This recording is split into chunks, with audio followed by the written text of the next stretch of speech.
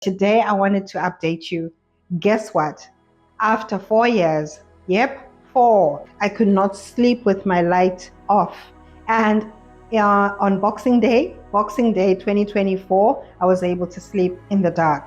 And it is a massive victory. I'm back with an update after my sexual assault recovery video that I did last year. And I'm going to put a link to that video so you can watch that. And even though it's about sexual assault, it is a positive message. It's a message to say that, you know what?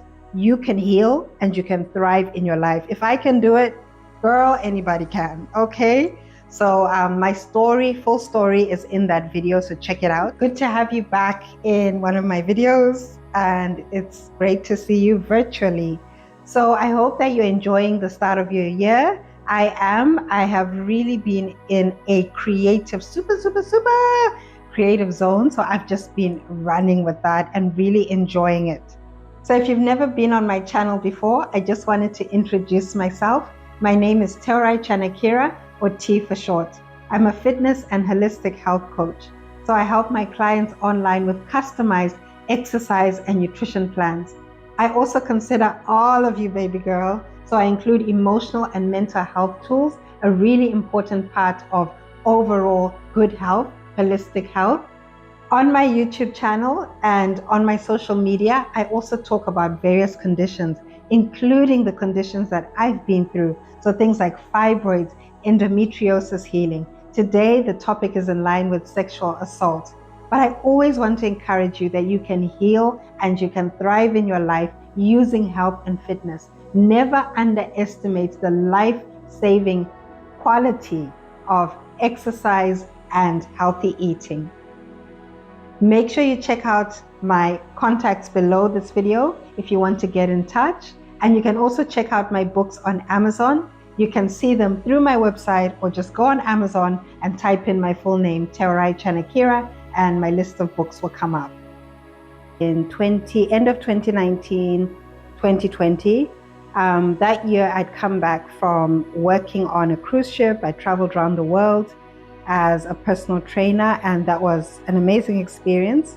When I came back though, I was really ready to start healing work, healing from past experiences with sexual assault, grief as well that I hadn't dealt with. And then I also went into the whole journey with fibroids and endometriosis. So I started therapy, and through my therapy, I started to get a lot of memories, a lot of flashbacks. Things started coming back, even things from childhood. They all came tumbling back, and it was a hard time dealing with those memories. And then I found that when I was going to sleep, my sleep had never been that great anyway, but it got worse, and I just had a sudden fear of switching off the light. I couldn't do it. So I had to sleep with the light on, full-blown light. And I remember when I started therapy, I was in such condemnation and shame about not being able to switch off the light as a grown woman. I was like, I don't get why I cannot switch off the light. I really appreciated that my therapist gave me grace. She taught me how to give grace to myself, to say, you know what, this is not the easiest journey in the world. It is hard. And you take the wins as they come, step by step. So I did that. And she encouraged me to go step by step. For example, maybe going from the full light to a lamp. So I tried that. So 2020, I started going to a lamp, a bright lamp, mind you. Then from there, I tried a salt lava lamp. But for me, I was like, there ain't enough light here. So I went to a brighter lamp. And then the next year, 2021, end of 2021, I went to a lamp which was even dimmer, which was great. And these were massive wins for me as I was going along. But I was also still winning in other areas and using the other tools that I had that I talk about in my sexual assault recovery video. Make sure you check it out. So I got to end of 2022, and then I was able to switch off the main light, like the whole lights, no lights in the bedroom, but I needed to have my passage light on, or some light coming from outside the bedroom so that I could still see I had my door open. And yeah, that still wasn't in the dark, was it really? But you know what? It's been a journey. It's been a journey. And honestly, I never thought that I could talk about something which seems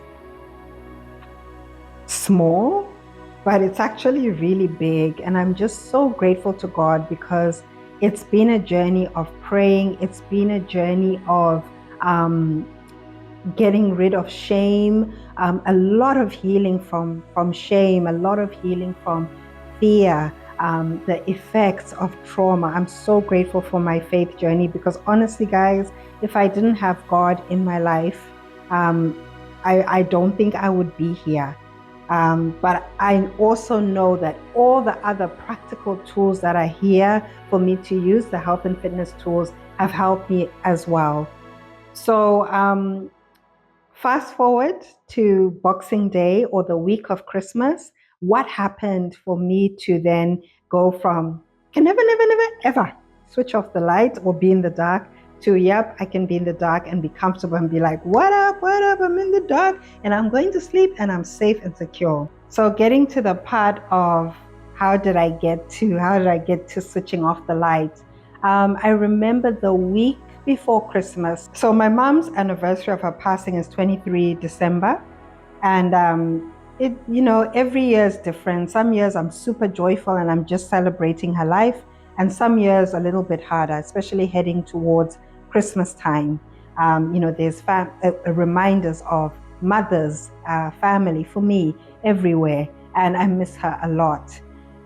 So I remember that weekend, 22, 23, I was really led to focus on the verse which says, and I'll make sure that I put the text here. I'm just going to recite from memory, so it might not be exactly correct, but you have not been given a spirit of fear, but of power, of love, and a sound mind.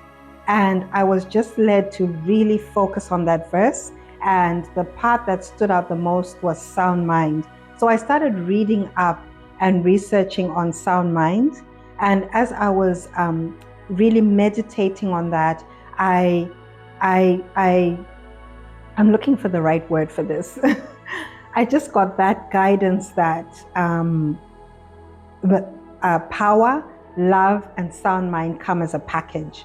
And when you have that package, then you can't have the fear.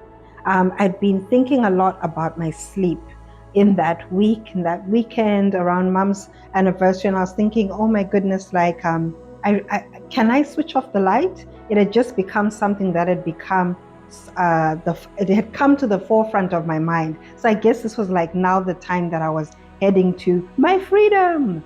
So I was focusing on that verse, and then I was led to another verse where it says, present your bodies as a living and holy sacrifice to God. And I suddenly thought, oh my goodness, my mind is part of my body.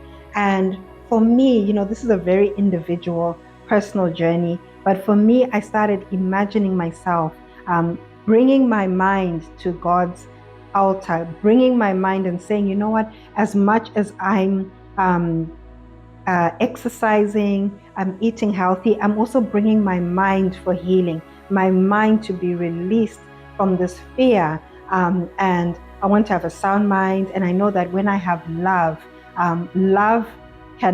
when love is there, fear cannot exist.